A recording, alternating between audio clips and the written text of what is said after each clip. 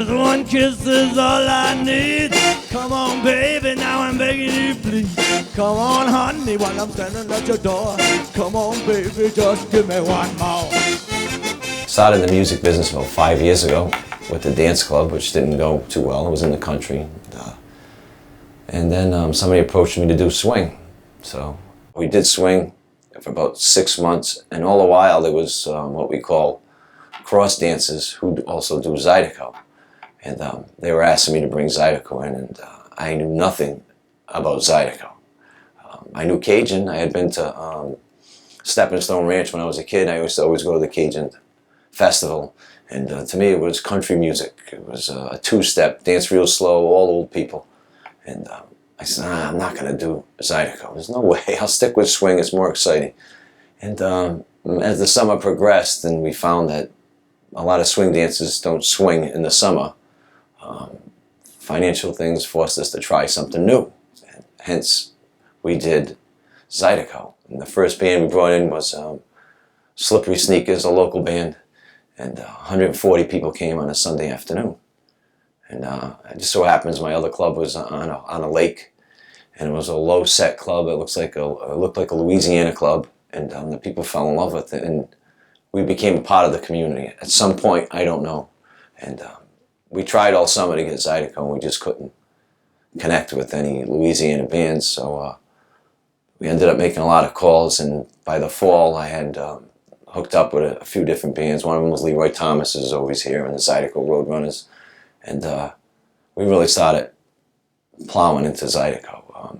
I started booking heavy, and not for the money I was making, because there was not a lot of money. They don't drink; they drink water. But it was for the feeling that we had. Me and my wife both fell in love with the crowd. My son, we felt safe taking my 7-year-old son to the Zydeco events, and somehow it became a part of our lives. There wasn't a lot of money in it. I just have to keep. We do Zydeco for the love of the music. We do blues and swing and rock to make money. We do Zydeco because that's our love. My wife doesn't come to a lot of blues events. She picks and chooses the Zydeco event she's going to work at, so she can dance while she's working. And I should fire her for that, but I won't. And that's kind of how we evolved into the Zydeco community. And what started happening over a period of time was we built a really good relationship with some of the bands. A lot of them started staying at our house, and we became a lot more intimate with them. And we started to learn about the culture in Louisiana. And we've been trying since, it's been 4 years now of promoting Zydeco, 3.5 years, of getting noticed in Rhode Island in the newspapers. They have Black Heritage Month in Rhode Island, and they'll never mention us. And we try and show them that we're promoting a living culture, not a past culture, something that's still thriving and evolving. It's not playing old cover music. And so far we haven't been successful. And maybe this year, little film that you're making will be the beginning of people seeing the light up in the north, because there is a huge following for Zydeco, and people are starving for the music. And it gives me a tremendous amount of pleasure to watch everybody come in and say, thank you for bringing this band here. They thank me. They clap after the band plays. A lot of dancers don't do that. They walk off the floor and look for another partner. This is the only community that I've dealt with, a dancing community, that revolves around the bands. Most of it revolves around the steps, the moves, look at me, or whatever else it involves in. But when it comes to Zydeco, they're all for the bands. They want to get to know the bands, and the bands are friendly. Some of them are not friendly, and it takes a while, like we talked about, building a relationship with some of the bands, because they come in a little hesitant. They're on different turf. They're in a white community, and over a period of time of them playing for me, we develop a good relationship. They understand that they can trust me, and I can trust them to be on time, and it evolves into a good relationship. I have 4 or 5 bands that, when they're touring the area, they just call me up or pop at my house 2 in the morning and sleep over there. And sometimes it upsets my wife, but But usually after about 3 days, then she's had enough. But we have a lot of fun. I mean, there's a lot of stories I could tell you, but they can't be put in print because the bands won't work for me anymore. A lot of people have played for me. I've tried really hard to support the community that supports the music and the musicians. So I work real hard on getting any kind of band that I think is a quality band for Rhode Island up here in Rhode Island. We went down to the Zydeco Festival in Florida, Fort Lauderdale, and we talked to all the bands there. Most of them had already played for me. We talked to Dora and the Bad Boys about coming up, and we went through the whole list of stuff because we're always trying to recruit new bands to come on tour. There's nothing better for me to bring a young band up. We have Marcus Adwen, but he's another one of the Adwens, and he's coming up in October. He's a new band. I give him a shot in the room, and let's see what he can do. And I mean, the biggest thing is getting the people to trust in my choices of music.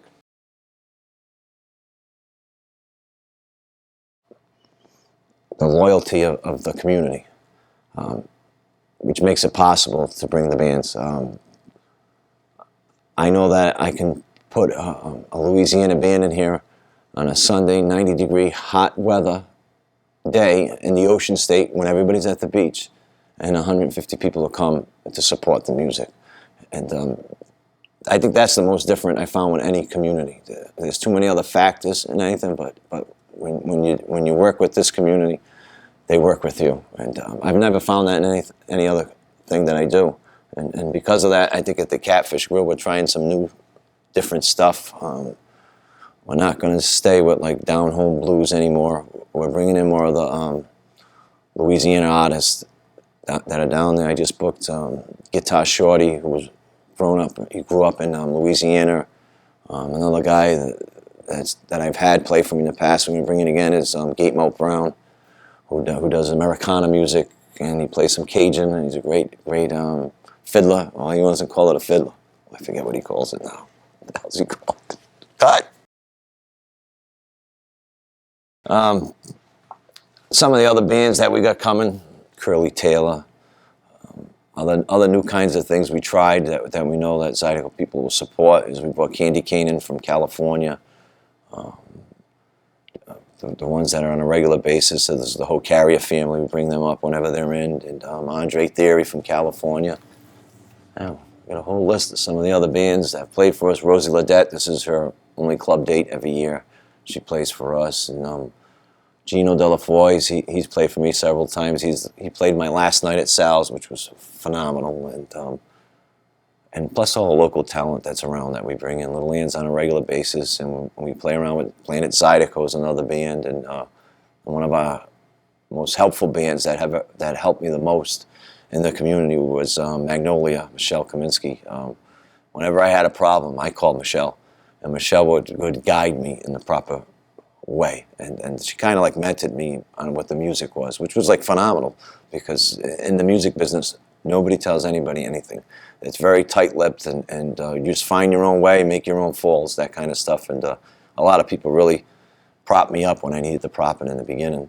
So, I mean, the list goes on from different blues artists. My walls are adorned with all the different bands from all over the country that have played for me. And Zydeco is at the heart of it all. And there's nothing better. I mean, for some reason, when they get in my room, it turns into a Louisiana roadhouse. And that's not with just that music. It's with blues, too. It never fails. I had a band called Fat City, and the last song they sang was Down the Mississippi, down to New Orleans.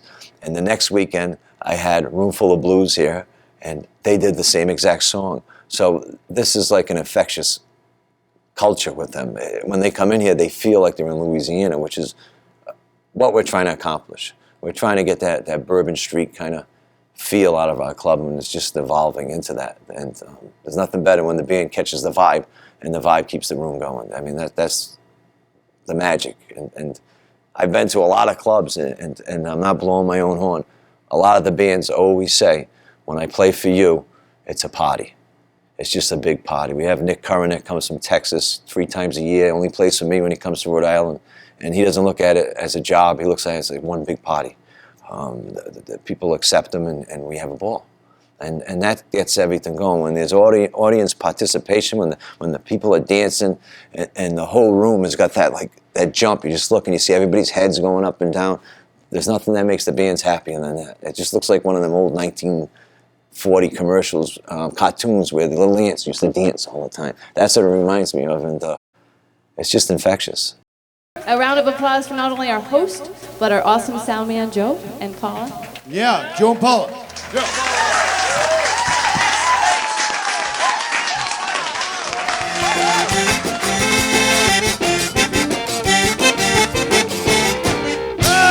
Just one kiss.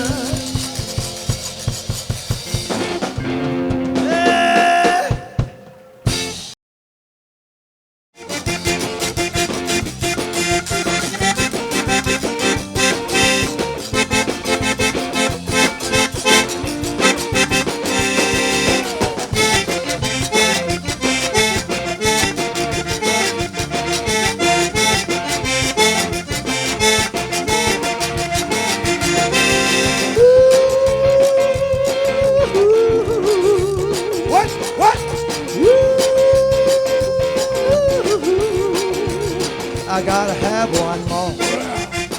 Ah, just one kiss.